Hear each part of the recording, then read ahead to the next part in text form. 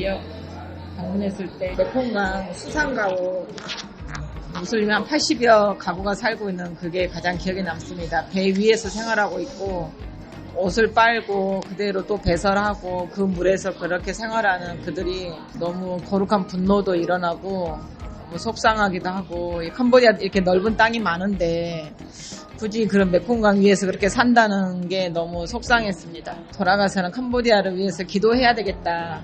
그 마음이 들었고 또 선교사님 위해서 기도를 많이 해야 되겠다 이 생각이 들었습니다. 한국 사람들이 되게 순수하고 우리 70년대, 60년대 후반 그때 모습 같아서 과거 우리 모습 같아서 되게 마음이 긴장하고 아프더라고요.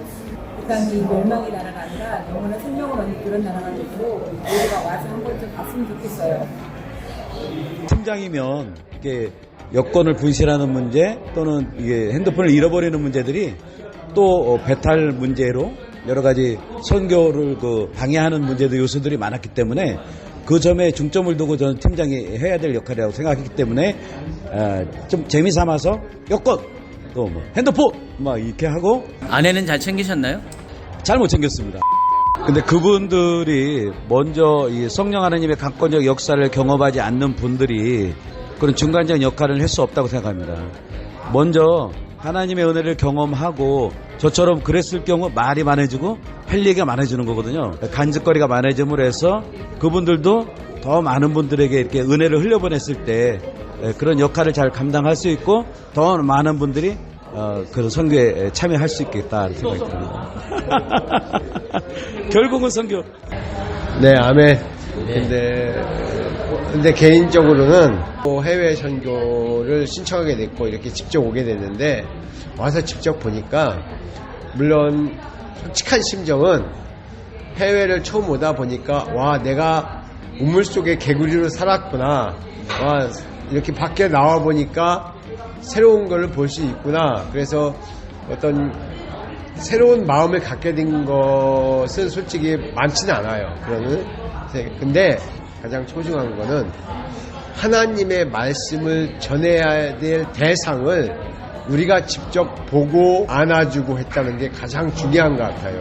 비행기를 타고 해외에 와서 새로운 환경을 접했다는 거에 대해서는 조금 신비감이 덜하지만 그러나 그것보다 더 중요한 거는 우리가 하나님 말씀을 전하고 예수님의 사랑을 전할 수 있는 대상을 그들에게 다가가서 우리가 직접 손잡아주고 체험할 수 있다는 것.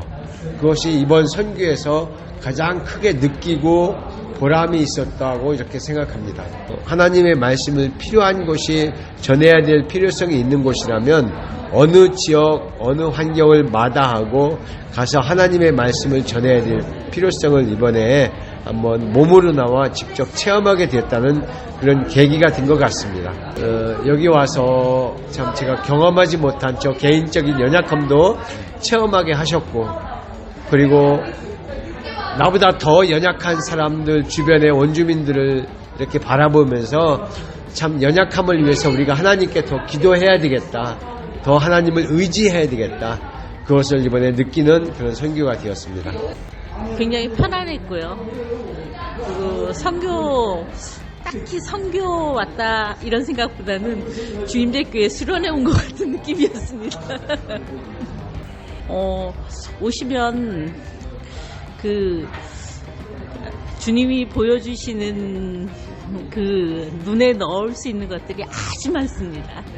그리고 또한 제가 어쨌든 주님을 처음 만났다고 생각한 그 첫사랑이 전체가 회복되는 건 아니지만 요만큼 차오르는 것 같아요. 그 첫사랑 말고요. 그 너무 감사한 거는 메말랐던 마음이 눈물도 주시고 주님이 저런 마음으로 우리를 다 만드셨겠구나 하는 그런 마음이 들었습니다. 우물한 개구리식으로 너무 신앙생활 하지 않았나 생각이 들고요. 우물랑 올챙이는 아니고요. 개구리였어요. 좀 크니까 나이가 60이니까 개구리 같아요. 그 선교사님들의 어떤 현실을 봤을 때, 참 저분들을 또 훈해준 교육도 중요하지만, 진짜 현장에서 애쓰시는 선교사님들 정말 우리가 기도 많이 해야 되겠고, 관심도 필요하지만은 필요한 것들도 많이 지원을 하고, 어떤 그런 역할들을 우리가 후방에서 또 해야 될 것 같고, 또 기회 된다면 같이 현장에 나와서 선교사님들이 힘이 될 수 있는 그런 선교 활동도 같이 했으면 좋겠다는 생각을 했습니다. 우리 교인들이랑 같이 활동을 해서 보니까 제가 그동안 뭐 어렵게만 생각했는데 보니까 뭐 그렇게 어려운 건 아닌 것 같고, 오히려 나와서 이렇게 경험을 통해서 제 자신한테도 어떤 그런 어떤 신앙적인 어떤 그런 생각에서 벗어나서 좀 더 공적인 모습으로 제가 좀 변화되고 있지 않는가, 조금은 그런 생각을 들었습니다. 선교는 뭐 와서 뭐 도와주고 그런 것보다도 1차적으로 자기 자신의 어떤 그리스도의 어떤 십자가를 가진 어떤 신앙인으로서 발전하기 위해서는 꼭 기본적으로 거쳐야 될 그 과정이라고 보고, 이런 그 과정을 통해서 신앙이 좀 더 발전되는 그 모습을 어떤 느낄 거라고 저는 확신이 들기 때문에, 앞으로 좀 더 하나님을 알기를 원하고 하나님 곁으로 가기를 원하는 사람들은 꼭 선교를 나와서 이렇게 체험을 통해서 자기 자신이 어느 상태이고 어떤 일을 앞으로 해야 되는지 그런 거에 대한 어떤 지침이라고 생각이 듭니다. 강수영 권사님 사랑해요. 특별한 의미가 있습니다. 우리 가정하고 또 우리 가정에서의 모습과 또 우리 여원이가, 우리 딸이, 우리 장로님들, 또 목사님들 이 가정에 이렇게 보면서 어떤 부분이 좋은지, 또 부러운 부분도 있고 흐뭇한 부분도 있고 하면서 우리 가정에 이런 가정을 세워야겠다라는 생각도 하고요. 또 어떤 기도를 해야겠다라고 해서 그런 점이 좋았습니다. 딸뿐만이 아니라 남편 다 같이 온 가족이 이렇게 선교에 참여했으면 정말 좋겠습니다. 오히려 더 예쁨 받는 것 같아서 좋았고 행복했어요. 막상 부딪혀보면 별거 아니다. 외동딸 놀이 하고 싶으면 추천. 그러니까 저는 그동안 선교지에서 살면서 이제 비즈니스 선교를 한다, 선교지에서 예배를 한다, 그런 생각을 교만한 생각을 했었는데, 하나님께서, 주님께서 깨닫게 해주신 것 같습니다. 그래서 정말 개인적으로는 많이 회개를 했고, 그리고 또 선교지에서의 직접 개인적인 선교 활동은 완전히 다르다는 거, 그리고 또 그동안 제가 이제 선교사님들을 후원도 하고 만남을 가졌는데, 이렇게 선교사님들이 직접 살아가시는 모습을 본, 선교지에서 살아가시는 모습을 보니까 많은 도전이 되고, 그리고 더 많은 기도와 후원이 필요하겠구나라는 생각을 하게 됐습니다. 공감하는 바가 큽니다. 왜냐하면 저희가 이제 뭐 중국에서, 영국에서, 터키에서 생활할 때 한인교회 아니면 이제 현지교회를 다니고, 그리고 또 팬데믹 이후에는 온라인으로밖에 예배를 드릴 수가 없었어요. 그래서 이렇게 많은 그 인원들이 모인 예배가 굉장히 귀했죠. 그래서 또 이제 성도들 간의 교제도 별로 없는 그런 상태로 오랜 거의 한 20여 년 동안 생활을 하다 보니까, 주임제교회가 대형 교회는 아니지만 그래도 수백 명이 모인 그런 예배를 이렇게 드리는 게 좀 낯설었습니다.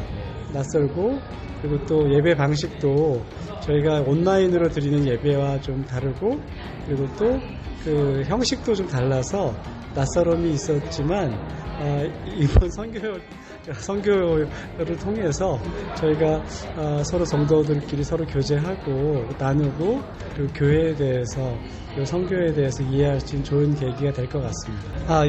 솔직히 이제 제가 이제 이 선교를 하게 된 이유도, 이번에 이렇게 같이 오시는 분들하고 개인적으로 좀 더 친해지고 싶다라는 모습으로 왔지만, 저 스스로도 뭔가 좀 이렇게 머뭇머뭇하고, 그리고 이제 거리를 두는 모습을 봤는데, 선교지 트라우마을이라든가 이제 그 현지에서 사역을 하면서 같이 버스킹을 하면서 그런 것들이 자연스럽게 이제 없어진 것이 아닌가.